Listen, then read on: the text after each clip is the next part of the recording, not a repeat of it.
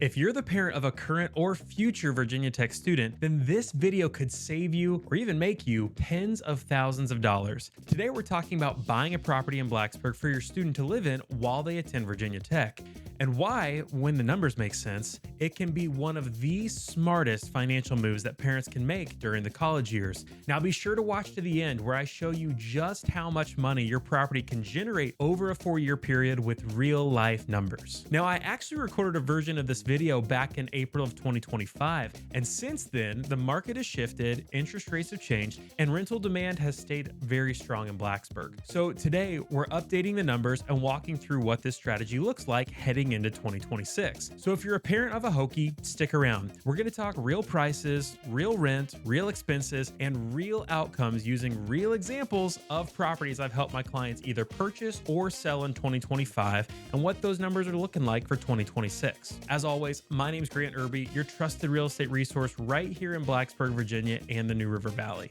And it's our goal with this YouTube channel that it's your #1 resource for all the things you need to know about living in, relocating, and investing in this area. And if you're considering a move to the area, I would love to be the realtor that you choose to work with. Let's start with the why. Why are so many parents choosing to buy for their student instead of rent? Blacksburg continues to have a strong rental market, and it's driven almost entirely by Virginia Tech. Every year, thousands of students need housing, and quality options near campus are limited. Instead of paying for rent for 4 years while your child is a student, which is something that could cost you upwards of $40,000, many parents are choosing to buy condos or townhomes for their students to live in that they then rent out the remaining bedrooms either to their friends or other tenants. Now, this move isn't just to house their students, but instead it's to build equity and not just burn cash. I'll elaborate more later, but this strategy doesn't just have to work for the 4 years that your student is here in Blacksburg. It can be a great long-term investment strategy that you use to generate cash flow and build wealth far beyond your child's time as a Hokie. All right, so what types of numbers are we talking about here? First, let's look at the expense side of the equation, and then we'll transition into talking about rental rates and the income that the property could generate for you outside of just housing your student. Today, I'm going to be going back and forth with the computer to show you the real numbers. Now, as you can see here, in Blacksburg town limits, as of the time recording this video, the average price range is right here, hovering right around $500,000. But in my experience, the properties that tend to work best as investment properties are condos and townhomes in Blacksburg town limits. And as you can see here,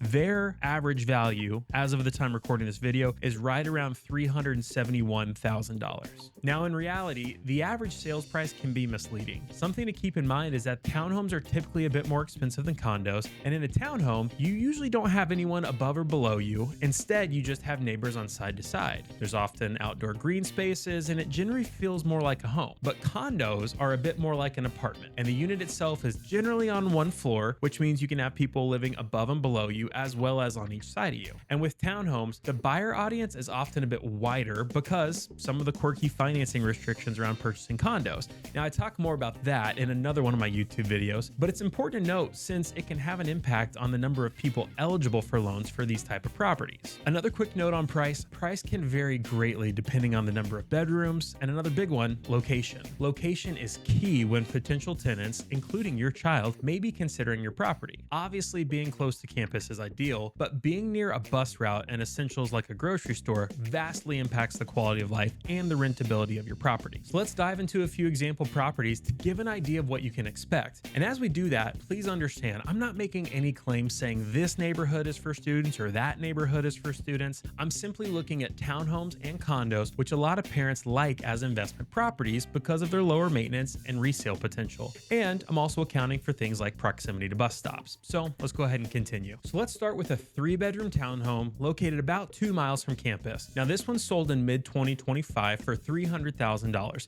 And if you look at the other sales in the same row of townhomes, 2 others sold for $291,000 and $294,000 in 2025. All of them 3 bedrooms. Now, before we begin to talk about what a mortgage payment might be like on this purchase, I want to go ahead and throw in a few disclaimers. I'm making a lot of assumptions when I calculate this. Things like interest rate can vary greatly from one person to another person and even from lender to lender. So I'm giving these numbers as a general ballpark. If you're serious about purchasing a townhome or a condo here in Blacksburg, it's crucial that we connect so we can talk with a local lender who can share exact numbers based on your situation and specific units we have in mind. So let's assume a 20% down payment, a 7% interest rate, and a 30-year loan. A simple online mortgage calculator tells me that this would bring your monthly principal and interest payment on the loan for a $300,000 property to about $1,600 per month. Now, if we add in homeowners insurance, again, let's assume $100 per month, and then property taxes, which again, estimated at the time of this sale was around $185, and the monthly HOA on this unit when it sold in June 2025 was $177.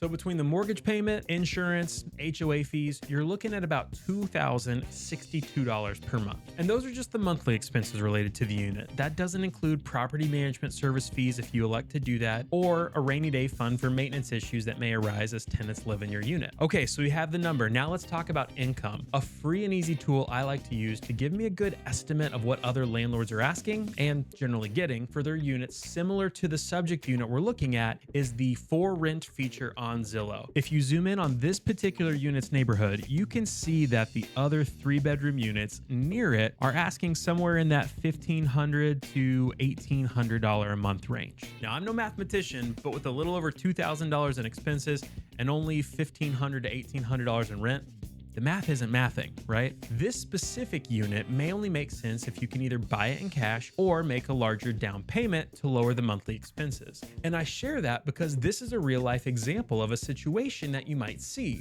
But if you see just this one property that doesn't cash flow and you stop altogether from there, then you miss out on the gold mine of investment potential that other parents discover and is the reason they get excited to make these investments. So let's look at some more examples to see what I mean. This time we'll look at a condo in University Terrace located off Patrick Henry Drive near North Main Street, a Food Lion grocery store, and close to Blacksburg trains and bus stops. Now, in 2025, the average sales price in this development was around $270,000 for a 4-bedroom unit. So let's assume that 20% down payment, a 7% interest rate, and a 30-year loan. A simple online mortgage calculator tells me that this would bring your monthly principal and interest payment on the loan of a $270,000 property to about $1,437.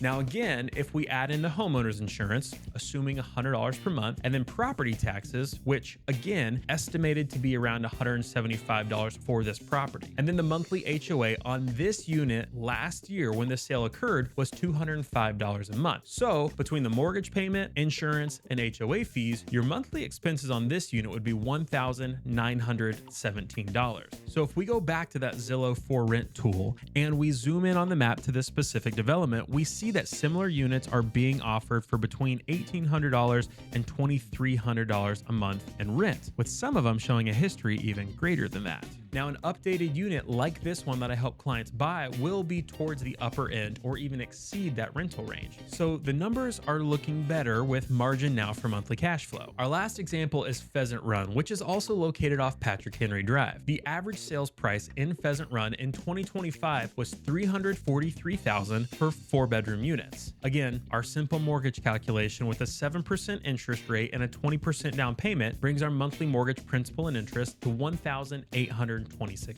Estimating that $100 a month for property insurance, $230 a month for property taxes, and $155 a month for HOA dues, you're looking at around $2,311 in monthly expenses. Now, if we go back to compare other rental rates in the subdivision, we see that rentals are offered between that $2,200 to $2,700 range. Here we have one for $2,500. So again, the potential to present your property well and rent at a rate that generates the monthly cash flow is there. Now, the real key with all of these properties is understanding the amount of rent you can charge per bedroom and per total unit. Now, I've known properties that have rented for around $500 a bedroom, and I've also had a client who rented a 3-bedroom property at $900 a bedroom. It makes a big difference. So if you need help navigating that, please feel free to reach out. I'll throw my contact information on the screen. If nothing else, please hear this next part. Let's zoom out, because the real way that you win with an investment property like these isn't through the monthly cash flow. It's through appreciation and property value over time. That's where the big wins happen. Let's look at a real life example of Blacksburg appreciation. So I have the figures here on my screen. If we limit the data to just Blacksburg in town limits, and we're limiting it to just single family homes that are townhomes and condos,